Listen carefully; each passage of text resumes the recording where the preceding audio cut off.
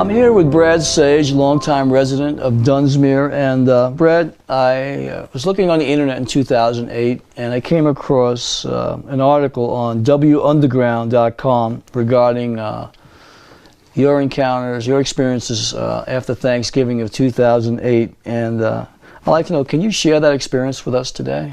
Well, time's passed a bit, but I can recall certain elements of it that were quite interesting at the time. My daughter and I had spent a Thanksgiving here, and we decided to do some hiking to walk off some of the excess calories, and we walked up the Mossbury Falls, going down through Scarlet Way and walking up the railroad tracks. Then I said, well, let's go to see if we can go up to the waterworks up above the Mossbury Falls. I've never been there, even though I've been coming to Dunsmuir for better part of 72 years. Never been up there. And I was curious because my relatives who came into town in 1888 acquired the rights up there and ultimately the property, as I understand it, and started the first water system in town. So I had heard that there was a cave up there where the city water came from, but no other details. And so I worked my way up there. My daughter and I worked our ways up there. And lo and behold, we found a basalt wall, old lava, and some tunnels that had been covered with doors going back into the hills, or into the side of the hill, and it was clearly developed as a waterworks, and it tied in with some of the stories I'd heard from the family about how it had been developed around the turn of the century. And it was about sunset, or actually past that. It was getting dark, and I had taken a couple of pictures of the doors that formed the water source, and we were then concerned about getting out of there because we went in, let's say, off trail and without specific permission, and we had understood that that was a closed area, but I was compelled to look at it because of the family ties. So we took some photographs, which are the ones I put on Weather Underground, along with a series of other photographs I had taken at Dunsmuir. And we were just preparing to leave, and when this person came on the scene from I don't know where, and dressed in I'll say a white robe, and with a white hair and a beard, and started speaking to us. And we're a little bit surprised that this suddenly appeared. We're not sure where the individual came from, and he asked what we were doing there, and I said we were just exploring the old family waterworks. And he said in a had a slight English accent, British accent, and he said that you may be looking at the doors that go into the hidden city of Telos. And I had heard a little bit about that story and here in the past, and some of the lore, and read a few of the books scanned a few of the books that had discussed this, and so I was quite intrigued at that point, and wanted to go further with the conversation. However, he really said, well, what you see here you shouldn't reveal to anyone, and suggested that we leave the area. And it was just a relatively short instant of time that took place.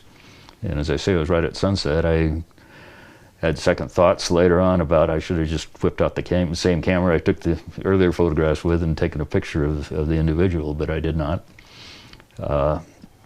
So that was the essence of it. There was no in-depth discussion of Telos or anything like that. It was just his statement that those doors are or could be the entrance to this hidden city. Interesting story. Now, this individual in this white robe, can you describe him? Was he tall? Was he? He was tall, and as I say, he had a British accent, and there was a long flowing kind of robe. I couldn't see what kind of footwear he had on,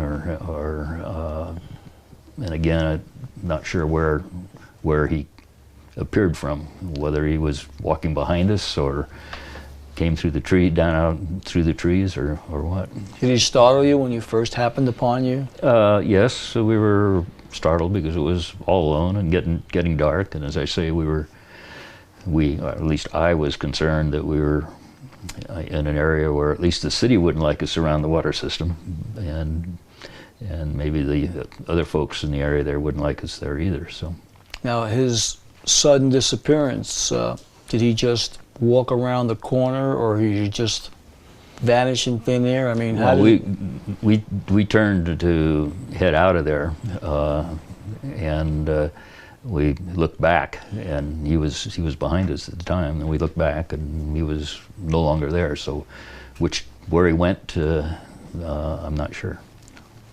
So, did that make you curious? That that all of a sudden here and now he's gone. I mean, very curious. And obviously, I was curious enough to put in a brief writing on the annotation to the photographs that we took of those doors that lead back into the basalt cliff. After reading what your note about that, and then looking at the unusual, strange rock formation, because it is highly unusual in itself. After seeing your photos posted on the internet regarding that rock basalt formation, it looked like, for me, an Indiana Jones movie. Would that be a good description of those doors? Yes, it's that whole area there, specifically just in that concentrated area, Hedge Creek Falls, and that area above the Moss Spray Falls, where the doors are, there's a unique basalt formation with vertical stone, and yet these tunnels go back into that stone. How they went horizontally in there when you had all these vertical rock faces is very intriguing. Now, the Van Fossen family, which you are related to, yes, owned the property, and they built that water system that supplies the water to Dunsmuir. Yes, that they correct? were one of the pioneers there, as they were pioneers here in the town. Did you ever hear anything from your relatives about strange things about this lava tubes coming out supplying the water? No, nothing. Nothing that I can recall. During my lifetime, there was only one relative that was still alive, and and she had many other tales of town, but none about the area here, but none specifically related to that.